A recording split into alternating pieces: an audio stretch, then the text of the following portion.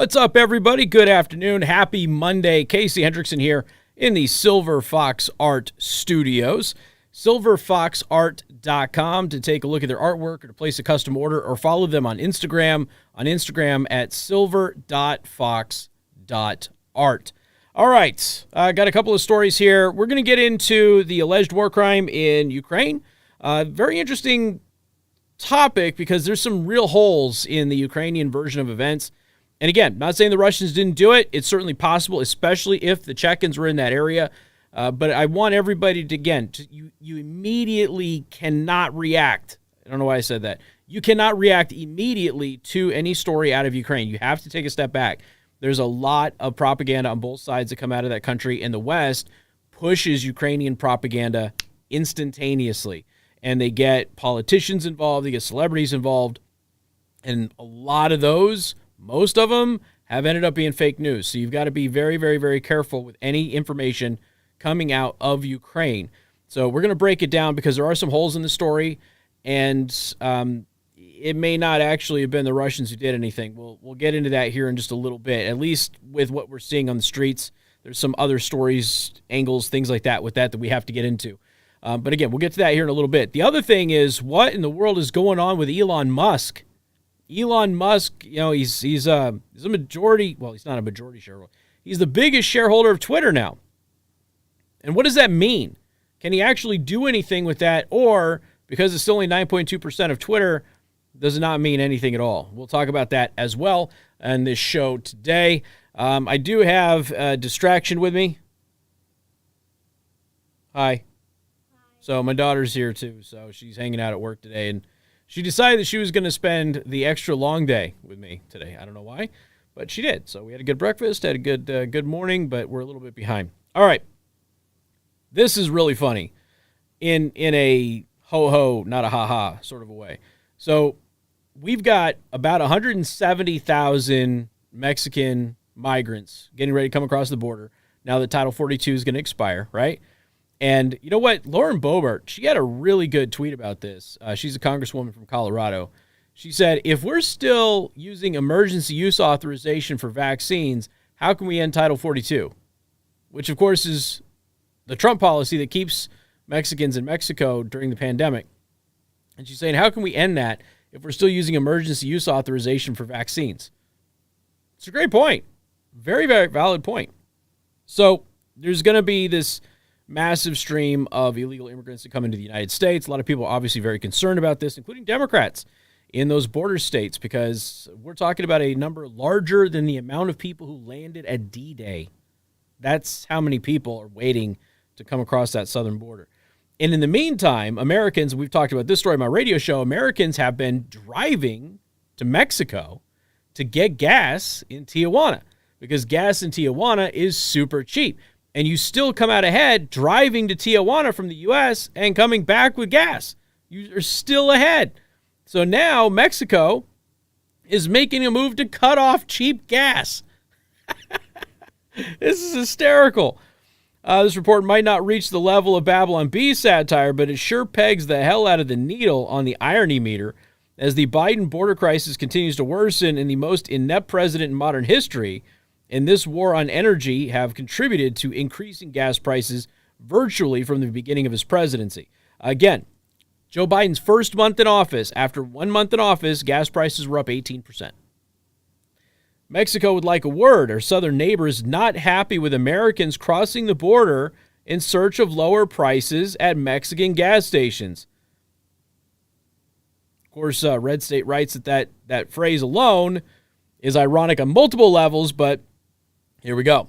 As reported by Reuters on Saturday, the Mexican government has been subsidizing gasoline to soften price spikes, but it has announced that the policy would be suspended in areas close to the U.S. border this week, citing shortages as more and more Americans hop over to fill their tanks. And according to Reuters, the suspension of the subsidy from April 2nd to the 8th covers cities in border states of across the United States. Well, you don't need to give you a border state. Nobody cares about that. One of the world's busiest border crossings. Mexico's finance minister said in a statement that the gasoline shortages in the area are due to an imbalance between supply and demand. So they're going to send all their people over here, but we can't go over there and just get gas. But they can come here and use all of our resources to the tunes of billions of dollars a year, but we can't go get cheap gas. Get it? Isn't that ironic? Of course it's ironic. It's hysterically ironic. All right, let's get into this Russia story, okay?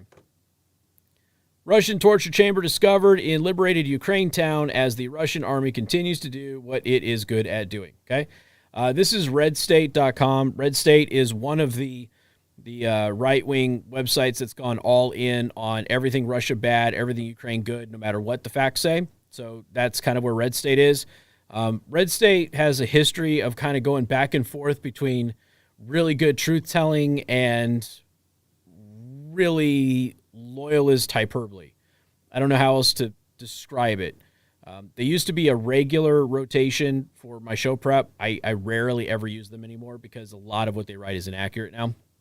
So it's just the nature of the beast. They have some really good writers over there. They got some really bad writers over there. They got some writers who do a decent job.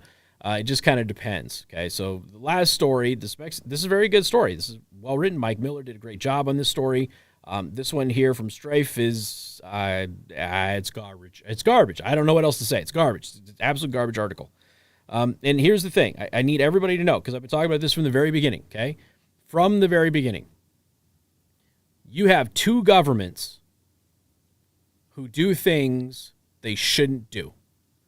The Ukrainian government is not good. The Russian government is obviously not good, okay? I don't think the Russians are as evil as people portray them to be. I still think there's a big anti-Russian animus in the United States that's left over from the Cold War. But Ukraine, you have to understand that a lot of what Russia has said about Ukraine is accurate. It's demonstrably true. But Russia also inflated some of the things that they were accusing the Ukrainians of doing or being in order to further justify their war. So Russia took the truth and embellished it, and then Ukraine is just pretending that all of the bad things that they've been accused of doing, in spite of mountains of actual evidence over the years that the international community has all recognized as true. They're just pretending it hasn't happened. And most of that heinous and horrendous stuff, again, it happened under the previous presidents, not under Zelensky. But some of it did happen under Zelensky.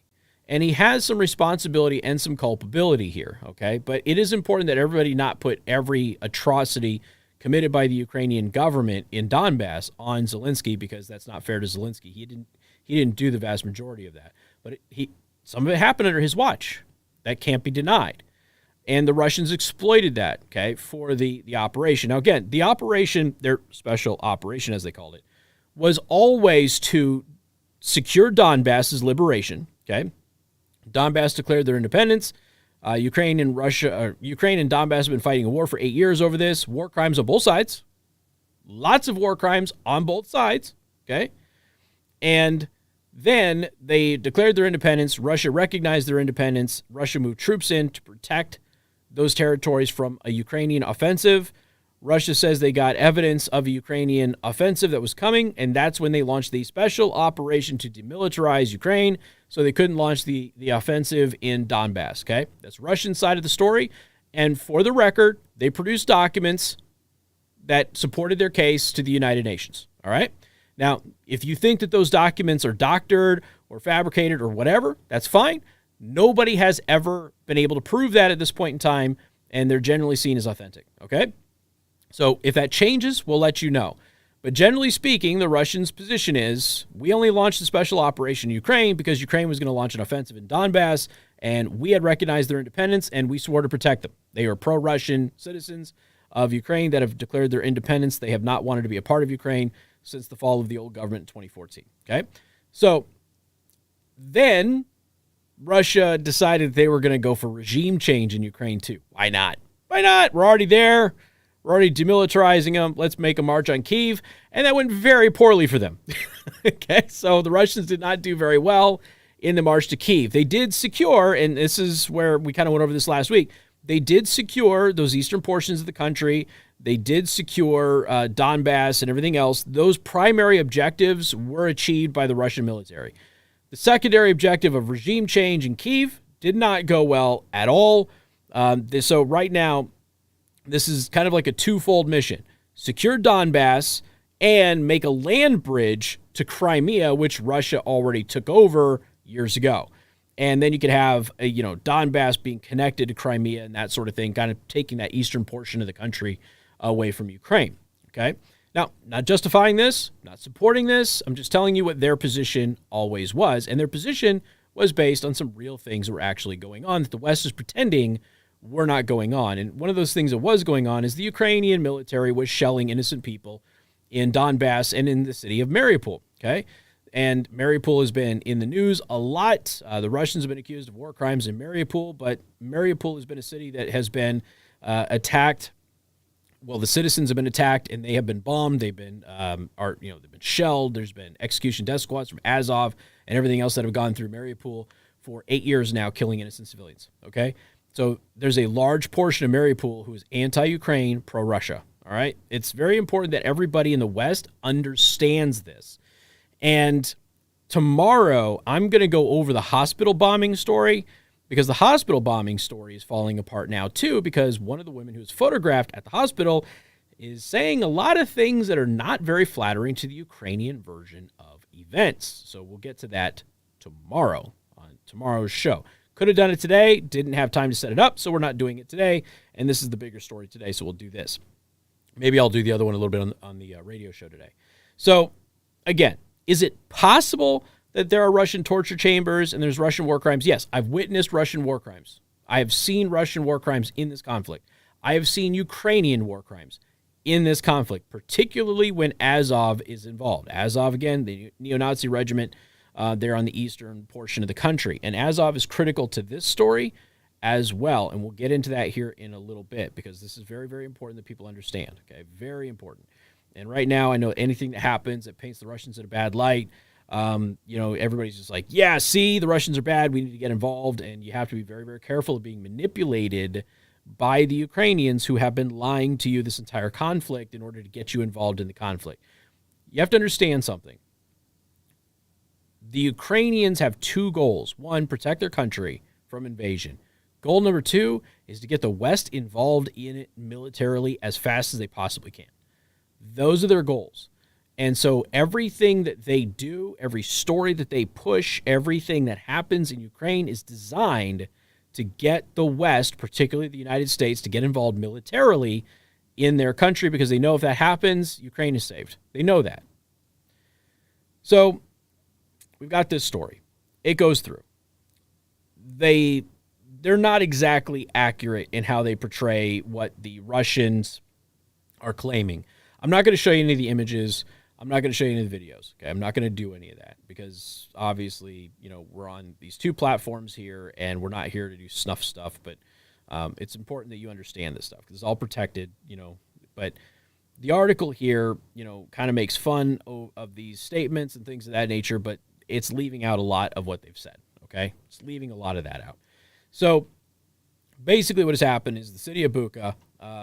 It's now not in Russian control. Ukrainians have moved in, and Ukrainians have now started posting pictures of bodies and things of that nature that were left in the street, hands bound behind their back. They were killed, they were executed, that sort of thing. And it looks really bad. Okay, these aren't the crisis actor bodies that we've seen in other stages of the conflict that the Ukrainians have set up.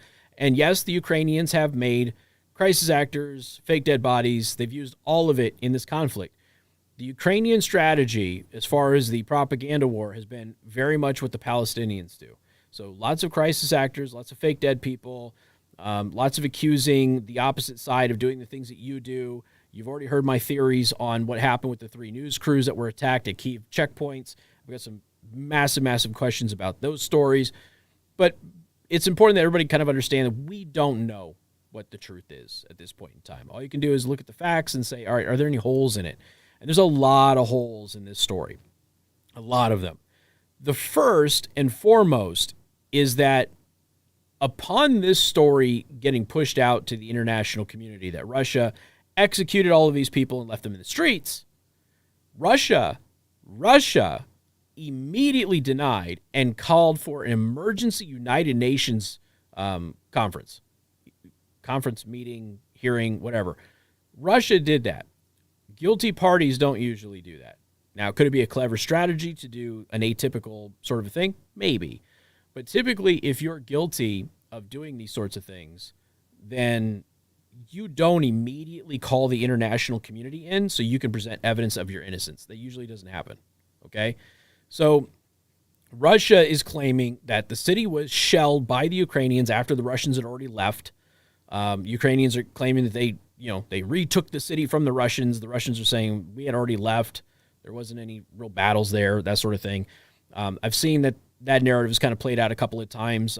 Daily Mail over the weekend had some pictures of Ukrainian soldiers at Chernobyl and said, after liberated Chernobyl wasn't liberated. The Russians gave Chernobyl back.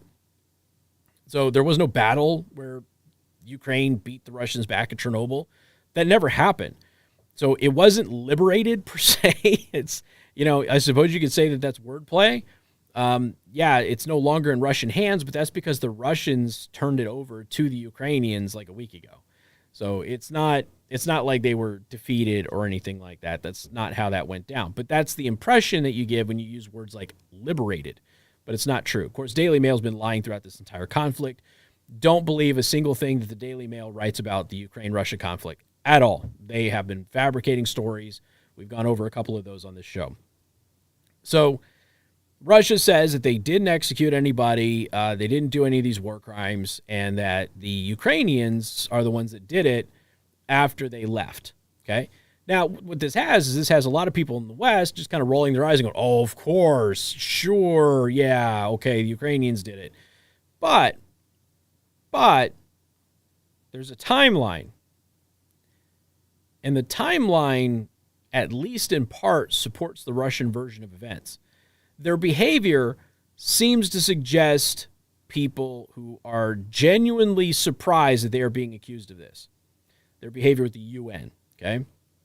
So, maybe the Russians are telling the truth, at least partially. So let's break down this timeline, okay? So this is an interesting story from Summit. And Summit's been pretty accurate about this.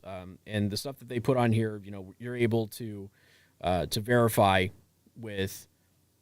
You have to kind of go down a Telegram rabbit hole to get information about the Russian side of things in this war, because your traditional media has been completely overtaken with pro-Ukrainian propaganda. All right.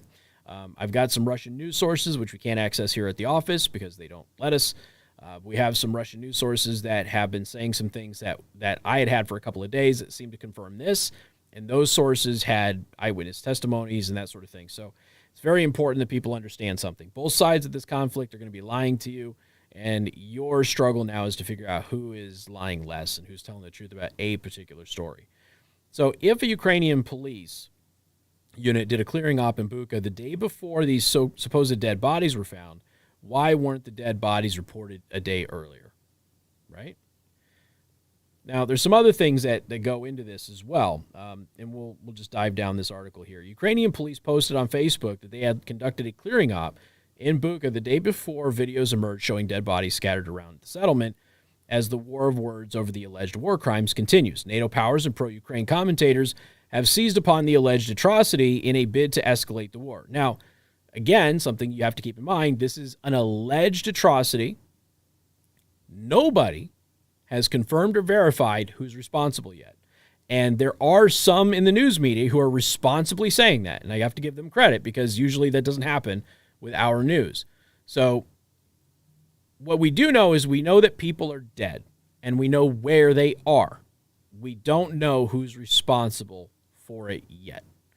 Maybe we will, maybe we won't. It all depends. But it is important that you understand that basic fact, okay? So maybe it's the Russians, maybe it's not the Russians. Maybe it was the Chechens.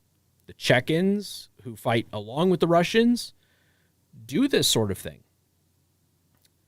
Maybe it's the DPR or the LPR who are fighting alongside the Russians. Guess what? They do this sort of thing too. So it's important that you have to understand there's a bunch of different sides here. It's not just Russia versus Ukraine. That's not what's happening yet. Yeah, Russia and the check-in brigades, you've got the DPR, the LPR, and then you've got Ukraine, you've got their Foreign Legion type forces and things like that. So there's a lot of different parties that are involved in this conflict, and just because they're on one side or the other doesn't necessarily mean that everybody on that side gets the blame for it. You know what I mean? So it goes into Ali Velshi, who's an idiot nobody should ever listen to, John Spencer, yada, yada. Okay, Moscow has vehemently denied any involvement, claiming Ukraine shelled the city after Russian troops had already withdrawn. This is confirmed in reports that were happening earlier in the weekend with Russian media, okay? You might not think that the Russian media is accurate. That's fair. I'm just letting you know what they're saying. The only evidence offered so far pointing to Russian responsibility is the claims of Ukrainian authorities, which are being breathlessly amplified by the mainstream media without an ounce of skepticism. This is also true. This has been true with a lot of the stories in Ukraine. There's no proof of what Ukraine is saying other than what the Ukrainian government officials are saying. And guess what? They've been caught lying to you a lot. So take everything the Ukrainians tell you with a healthy dose of skepticism. Fool me once, shame on me. Shame on you. Fool me twice, shame on me. Remember that? That's what's going on here. Margaret Brennan of CBS admitted that Ukrainian President Zelensky's team had handed her the videos, and they were broadcast, as journalist Michael Tracy wrote, with zero independent corroboration. Okay. It's good that they put that in there. We can verify that this is true. Fair enough. The notion that Ukrainian authorities who have been caught staging innumerable incidents already, which is true, in a bid to lobby for more NATO military involvement would lie about this is seemingly not even a consideration, which, again, continues to be something that I find staggering. And I did see one of the comments on this article here on Red State where somebody said, reading your article is like reading a left-wing website. That's pretty accurate, because left-wingers will constantly get fooled by the same thing. And when it gets discovered that they were fooled and it was wrong and it was a lie and they repeated a lie, they don't care. They just keep repeating the lie anyway. And that's what's happening a lot in Western media right now. On the left, the right, the middle, traditional media, it doesn't really matter. So this is where things get interesting. Now, this is a timeline that has been reported by the New York Times. Okay? And perhaps the timeline is wrong. Perhaps it's not. But I want you to have the timeline anyway, because if you're going to formulate an opinion about what happened in Bucha, I just want you to have the most information. And maybe the Russians did it, maybe they didn't, but at least you'll have more information than what you're getting in traditional media. So the New York Times is saying that Azov entered Bucha after Russian troops left and after the mayor of Bucha had announced the town's liberation. Now, what's interesting about this is that the mayor of Bucha, when he announced that Bucha was no longer under Russian control, made no mention of any atrocities. Wouldn't you? I suppose there would be some circumstance, or maybe he was still at risk and he didn't want to do that. Maybe. But if you're going to announce that your city is now free from Russian control, wouldn't you also point out the butchery and the savagery that they were heaping upon your people? But he didn't. So it was very strange that he didn't say that. So you've got the mayor of Bucha going out there. This is according to the New York Times timeline, and here it is, okay? According to the New York Times timeline, the mayor of Bucha announces the Russian troops are not there anymore. The city is no longer under Russian control. No mention of any atrocities. None. The next day, Azov goes in. Azov is what? War criminals. Massive amounts of war crimes. I have watched Azov commit war crimes in this conflict, not just the Donbass conflict for the past 8 years. In this conflict, I've watched videos of Azov commit war crimes. And Azov has a tendency to execute people with their hands tied behind their back, which is what we found in Bucha. So I start learning that Azov was in the area, and I start going, uh-oh. Here's the thing that you need to understand about any alleged war crimes or anything. Regardless of who you're supporting in this conflict, if Azov was in the area Azov is already your primary suspect. Period. If you think the Russians did it, but you find out that Azov is there, you probably go, uh-oh, was it Azov? If you think the Ukrainians are lying about all of this, and then you find out Azov is in the area, you go, oh, was it Azov? And Azov will largely do crap that the Ukrainian government doesn't want him to do. But if Azov is in any area, if they're anywhere near any alleged war crimes, they are your primary suspects. You need to understand that. They are awful, murderous people.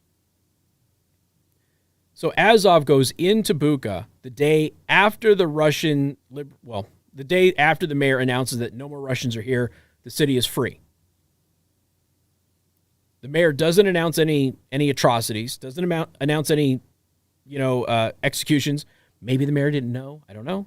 Okay, I'm just giving, there's a possibility. But he doesn't announce any of that. Azov then goes in. And right after that, we find dead bodies. We find people being executed. In a similar fashion to what Azov is known to execute people.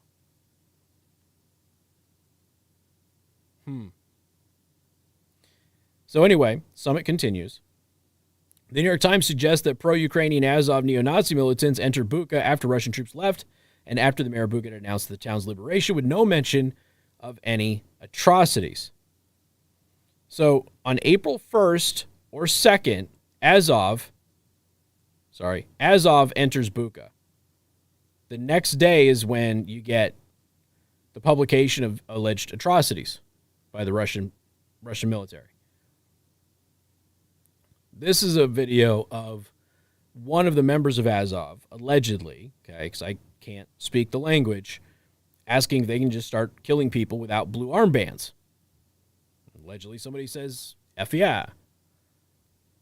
Azov does this. It's who they are. They've been this way for 8 years. Another report asserts the Ukrainian National Police posted on Facebook how they had conducted a clearing operation in Bucha before the alleged atrocities occurred, accompanied by a video of their men walking around the town. Today on April 2nd, in the liberated city of Bucha, Kyiv region, special units of the Ukrainian National Police began clearing the area of saboteurs and accomplices of Russian troops. Now, one of the first things that I thought when I saw this story, and I was like, wow, this looks bad. This looks real bad. But the first thing that I kind of came back to is like, okay, what do we know happens in conflicts, especially where you have a large number of people who support the invading army? And I know that the West doesn't want to admit this, but a large number of Ukrainians in the East support the Russian military. They don't support the Ukrainian military. They support Russia.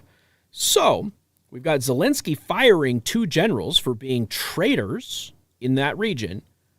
And now we've got all of this information. One of the things that happens when an occupying army has sympathizers amongst the population, when that occupying army leaves, those sympathizers are often executed. Famously in France, any women who engaged in intimate relations with the Nazis when they were invaded had their heads shaved, but many of them were beaten. There were some people who were killed. So I immediately looked at this and I was like, okay, well, I can't believe anything Ukrainians say. This certainly doesn't look good, but what else could it be? Could it be the Russians? Sure. Could it be that the Ukrainians found Russian sympathizers, executed them, and then took photos of them to present to the West as evidence of Russian war crimes? And that is a very likely scenario. I'm not saying that that's what happened because I don't know. Neither does anybody else. But it is certainly a likely scenario.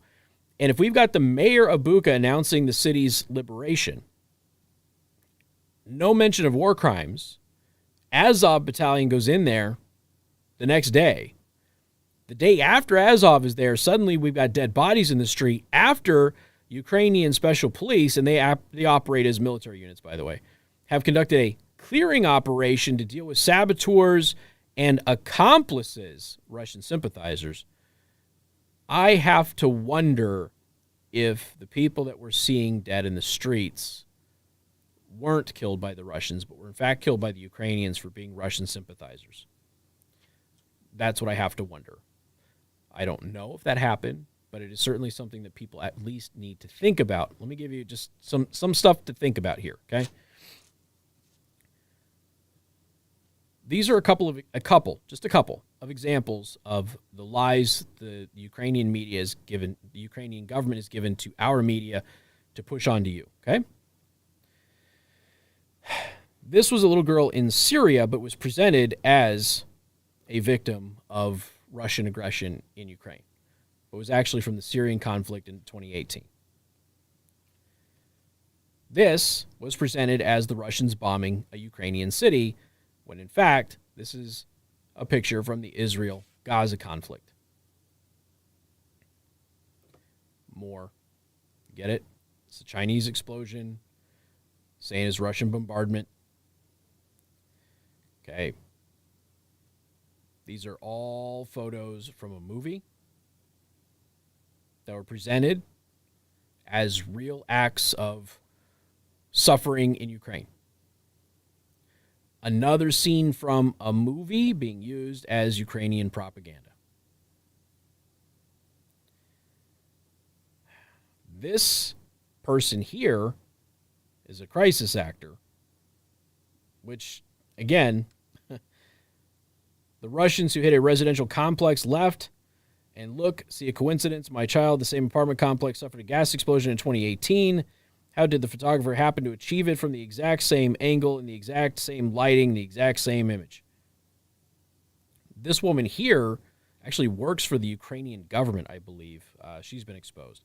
So, again, gas explosion in 2018, presented as current conflict. They superimposed this woman's image there, and I believe that she's a government worker. She works for the government of Ukraine. There's some people who have said that that's proof that this is all fake. Other people have said, well, yeah, she works for the government of Ukraine. She's in Ukraine. She probably got injured. So I'm just letting you know, okay? Again, presented as photos, children celebrating Ukrainian armed forces. Nope. It's from not 2018. Hold on a second. What year is this from? 2016. Okay. It's a photo from 2016. Another one. Huge explosion took place in Ukraine. The management of our station congratulates the pride that did the Photoshop. So, not accurate. This is the real explosion. This is the fake explosion. Who does all of this? The Palestinians do all of this. The Palestinians, Reuters, and the Associated Press, who help the Palestinians, always do this. This is the real explosion. This is the other explosion. Let's see, what do you have here? And it's not just different stages of the explosion, by the way. It's photoshopped out. Let's see. Ukrainian explosion, except that was in 2015. They just added some people here. Okay. Daughter's leaving the studio. What else do we have here? Let's see. Star Wars movie. That's the Star. I forgot about the Star Wars movie thing. Okay, so that's actually, it's not war footage from Ukraine. Star Wars. Okay, now let's just go on to the rest of it. Okay, here we go. Ghost of Kiev, not real, not real. Okay, this is a movie set. This one's funny. I'm gonna watch this. This happened early in the conflict.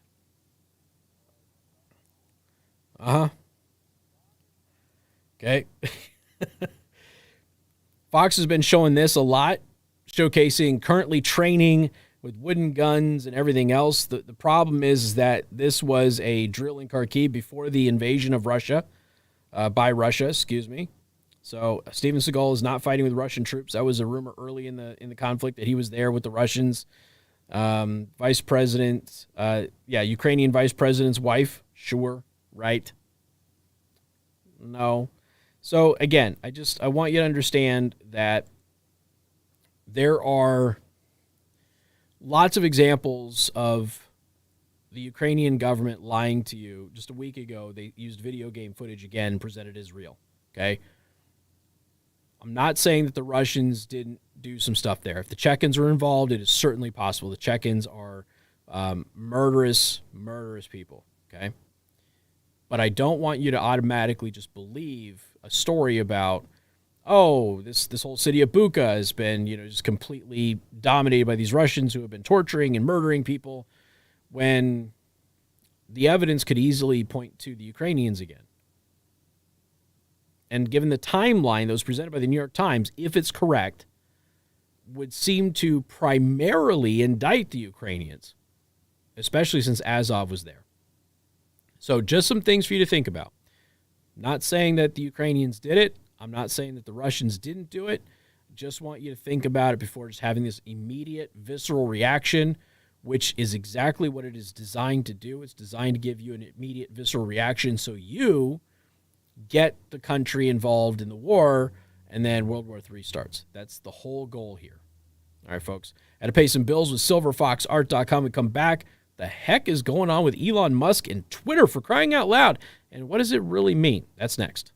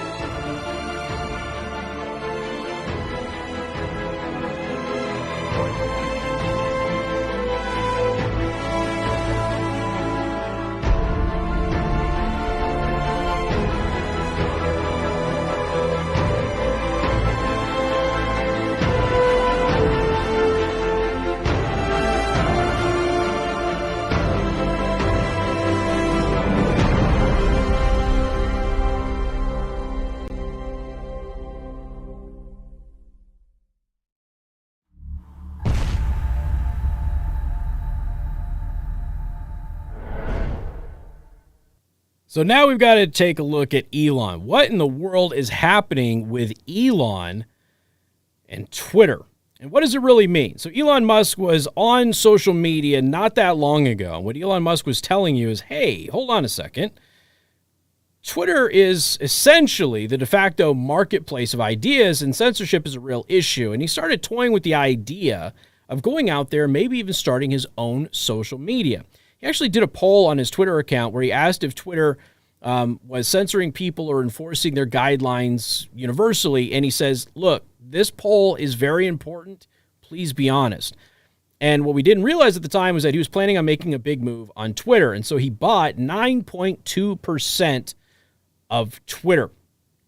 Now, he's the largest shareholder by a wide margin. However, he is not a majority shareholder, which means he doesn't get to cover all of this. So he doesn't control Twitter, okay? He does. I know that a lot of people are like, well, he's a majority shareholder. No, he doesn't control Twitter, but he does have the largest stake by far. So let's just back up. You got the not to be here. Elon Musk just bought 9.2% stake in Twitter, is now the largest shareholder. In a regulatory filing on Monday, the world's richest and still somehow based man, Elon Musk, disclosed that he recently scooped up a 9.2% stake in Twitter Inc. Elon dropped about $3 billion on all of those shares, was 73.5 million shares basically. And by a wide margin, he's the largest shareholder. Now, Dorsey's the number 2 guy, Jack Dorsey, and he only has 2.25% of the company. Interesting. So Elon Musk, by far and away, the biggest shareholder in Twitter. Okay. So given that Twitter serves as the de facto public town square, failing to adhere to free speech principles fundamentally undermines democracy. What should be done? Very interesting thing. Goes into a whole Twitter thread. We don't need to go into that. So now we've got Twitchy. Okay, things just got real. Elon Musk officially becomes Twitter's biggest shareholder. And Concha, Elon Musk is taking 9% stake in Twitter. Stock currently on its way to Pluto, up 25% in the pre-market. That will self-adjust and calm down once people realize that that doesn't mean Elon Musk owns Twitter, because I've seen that all over the place. Oh, he's the majority shareholder. He gets to make the decisions. No, he's not a majority shareholder. He's the biggest shareholder. Those are two very different things. As Twitter's biggest shareholder, Elon Musk should demand to have President Trump reinstated. I agree with that. I don't know that Trump would actually go back, to be perfectly honest with you. He's got Truth Social, got some stuff on Truth Social tomorrow as well. We're going to go over the Mariupol hospital story, because one of the ladies who was at the hospital in Mariupol, she's saying that a lot of the story is not accurate, and she did confirm some stuff that had been rumored about the area. So we'll get into that here probably tomorrow. I don't want to do too much Ukraine stuff in one day. Dave Rubin, what if Elon Musk bought 9.2% in Twitter, not to fix it, but rather to expose the insane ways the algorithm and activist employees have been manipulating us? Could be. Does he really have the power to do that? So it goes through it. Obviously, a bunch of people are supporting all of this because most people like Elon Musk if they know anything about him. And this is a big deal. But what does it actually mean? That's a great question. So he's got nearly 74 million shares of Twitter, 9.2%. He does not have a controlling interest. So he has power. He's got clout. He could certainly wield his newfound authority with the board. That could make some positive changes for Twitter. That could adjust the way that the board of directors operates. It could potentially steer rules and how they enforce those rules, certainly. However, and this is a really good explanation by Rich Mitchell, So for him to have any major ability to change the company, he'll need to get 10 or more of the other top shareholders to agree on changes to the board of directors so they can then make leadership changes. So he needs to get 10 or more other top shareholders on board with him to make changes to the board of directors for Twitter, which will fundamentally change the company. So it's big news. It's very, very big news. It could be a very positive step. However, it's not what people are hoping, but it is a step in the right direction. And, a lot of people had said, hey, Elon, just buy Twitter. And, what's interesting about this is that Twitter was actually for sale for many, many years before the Trump administration because it was not profitable. It never made any actual money. Nobody wanted Twitter. It had too much debt, no profits. And there was a perfect opportunity to buy Twitter back then, and nobody did it because it was considered a dying platform. The single thing that saved Twitter was President Trump and his presidency. That's what saved Twitter. And ironically, he's not even allowed on the platform anymore, in spite of the fact that he's the reason it still exists. I mean, they were talking about possibly shuttering it, for crying out loud. Nobody wanted it. It was toxic. Nobody was interested in it. Vast majority of the accounts on Twitter weren't active. They weren't posting anything. And it was only after President Trump that Twitter started making money, turned into the real behemoth that it has become today. So, again, this is a step in the right direction, but it does not in any way, shape, or form mean that Elon Musk can make any meaningful change. He can certainly suggest it. They have to take his phone calls, but we already know that what we're dealing with the activists over there at Twitter. That's the issue. So we'll see exactly what ends up happening with this. But if he can get 10 or more of these other top shareholders on board, I don't know the makeup of the top shareholders over at Twitter. I don't know who all of them are. I know a few. Maybe they can change the board of directors and completely change the way that company operates. It's entirely possible. Truth Social is a little bit of trouble.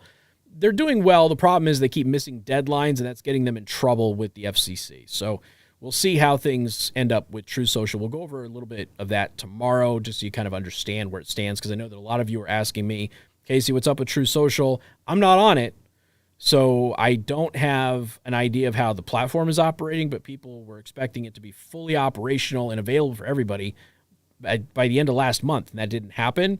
So as a result, there are some issues with the FCC. So we'll talk about that stuff tomorrow. We'll go over some of the new information about the Mariupol hospital attack. And again, that was the one where they had said that the Russians had basically done an air raid on the hospital, that the hospital is fully, functional and that sort of thing. And one of the people who happens to be I guess she's like a beauty blogger or beauty influencer or what have you. She's actually speaking out about it, and she's clarifying some things that were said. Some of the initial reports were not accurate, but she also has said a couple of things that I think are also very telling about the conflict and the information they're getting about the conflict. So very important. I said, just when you're looking at Ukraine, take a step back. Just understand that a lot of what Ukraine is telling you is designed to be spun in a way that benefits them. But you've got all of these different forces in the area, many of which on both sides have committed horrendous war crimes for 8 years, could be committing them and likely are committing them now. So just keep yourself on kind of like a level-headed sort of a field here with all of this stuff. But be very interesting to see how this story shakes out. And I am intrigued with how Russia immediately called for a UN special session to present their case on this thing, as they've been accused of these war crimes in Bucha. So we'll see how this goes. All right, folks, thank you for watching. Thank you for subscribing. Word of the day is ghost. Might as well throw back to the fake mythical ghost of Kyiv who never existed. So go ahead and hit the comment section with the word ghost. Make sure you subscribe. Do appreciate that. If you're watching on YouTube, the link to the Rumble channel where you can watch the live stream every day for the radio show at 3 o'clock Eastern time, that is in there. Please head over to Rumble. Hit subscribe on that as well. Otherwise, ladies and gentlemen, you take care. And I'm told I'm supposed to delay here before I actually end the stream, so I'm just going to stare at you blankly. Bye.